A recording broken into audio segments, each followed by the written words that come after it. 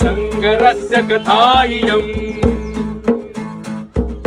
विश्वकल्याणाय वै।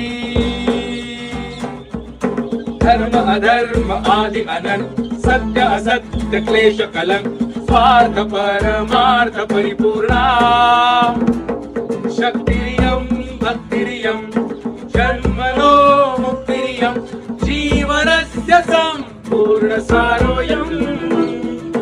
आयुगं गणे गणे सृष्टे च दर्पणे वेदानामियं असीम कथा। कर्मणां गाथेयं देवानां भाषेयं शतकानाम् इतिहासस्य प्रमाणमिदम्। कृष्णस्य महिमायं गीतायां